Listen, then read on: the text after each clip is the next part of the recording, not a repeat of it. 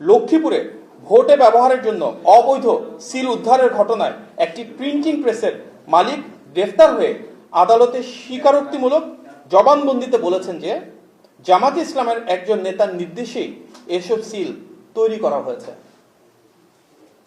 এমনকি তার হোয়াটসঅ্যাপে পাওয়া অর্ডারের তথ্য, জব্দকৃত আলামত ও সংশ্লিষ্ট প্রার্থীর সাথে ঘনিষ্ঠতার প্রমাণও প্রাথমিক তদন্তে পাওয়া গিয়েছে, যা নির্বাচনকে প্রভাবিত করার একটি ষড়যন্ত্রের দিকে ইঙ্গিত দিচ্ছে।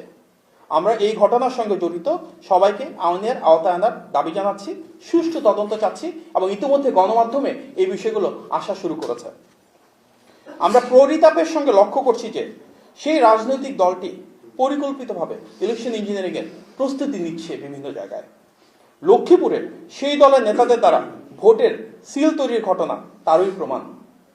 পাশাপাশি আমরা বিভিন্ন জায়গা থেকে খবর পাচ্ছি যে ধর্মীয় অনুভূতিকে অপব্যবহার করে এবং জাল ভোট দেওয়ার উদ্দেশ্যে বিপুল সংখ্যক বোরখা এবং নিকাব প্রস্তুত করা হচ্ছে। এই পরিপ্রেক্ষিতে নির্বাচন কমিশনের প্রতি জোরালো আহ্বান জানানো যাচ্ছে যে প্রতিটি ভোট কেন্দ্রের নারী কক্ষে অবশ্যই পর্যাপ্ত সংখ্যক নারী পোলিং অফিসার নিয়োগ নিশ্চিত করতে হবে। আইন ও বিধিমালা অনুযায়ী মুখমণ্ডল খুলে ভোটের শনাক্তকরণ কার্যকরভাবে সম্পন্ন করতে হবে। এ বিষয়ে নির্বাচন কমিশন ইতিমধ্যেই স্পষ্ট নির্দেশনা দিয়েছে যে ন্যাশনাল আইডি কার্ড বা হজের ছবি তোলার সময় যেভাবে মুখ খোলা রাখা হয়, ঠিক একইভাবে ভোট গ্রহণের সময় নারী পোলিং কর্তৃপক্ষের সামনে মুখ খুলে পরিচয় নিশ্চিত করতে হবে।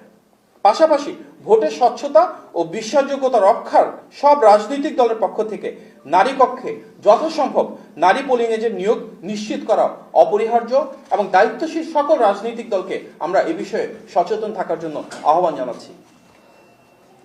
প্রিয় সাংবাদিক ভাই ও বোনেরা, এর আগেও আমরা দেখেছি উক্ত রাজনৈতিক দলটি বাড়ি বাড়ি গিয়ে এনআইডি ও বিকাশ নম্বর সংগ্রহ করেছেন।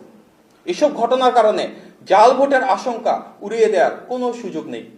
এমনকি অতিরিক্ত ব্যালট ছাপানোর প্রস্তুতির তথ্য আমরা পেয়েছি। এ বিষয়েও আমরা সবার সদয় কামনা করছি যেন সচেতন থাকেন।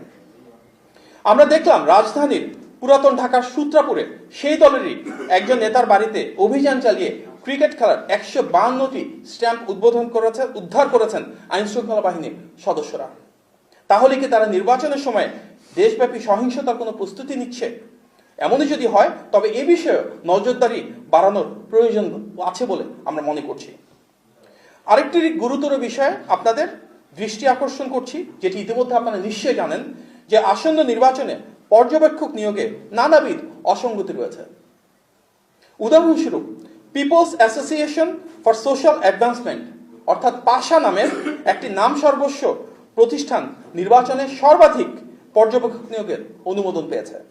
মোট 55,454 জন দেশি পর্যবেক্ষকের মধ্যে কেবলমাত্র পাশারই রয়েছে 10,559 জন। যদিও বাস্তবে হবিগঞ্জের একটি গ্রামের বাসার একটি কক্ষই এই সংস্কার তথাকথিত কার্যালয় এবং লোকবল বলতে মূলত একজনই, যা ইতিমধ্যে গণমাধ্যমে প্রকাশ পেয়েছে। ইতিপূর্বে আমরা নির্বাচন কমিশনে অবহিত করেছি যে পর্যবেক্ষকের নামে বেশ কিছু প্রতিষ্ঠানের একটি বিশেষ রাজনৈতিক দলের সাথে সংশ্লিষ্টতার বিভিন্ন অভিযোগ আসছে। আমরা মনে করি এসব বিষয়ে একটি সুষ্ঠু নির্বাচন অনুষ্ঠানের পথে অন্তরায়। অতএব একটি অবাধ, সুষ্ঠু ও নিরপেক্ষ নির্বাচন আয়োজনের জন্য যে লেভেল প্লেইং ফিল্ড প্রয়োজন সেটি নিশ্চিত করতে প্রয়োজনীয় ব্যবস্থা গ্রহণের জন্য আমরা নির্বাচন কমিশন ও অন্তর্বর্তী সরকারের প্রতি আবারও আহ্বান জানাচ্ছি।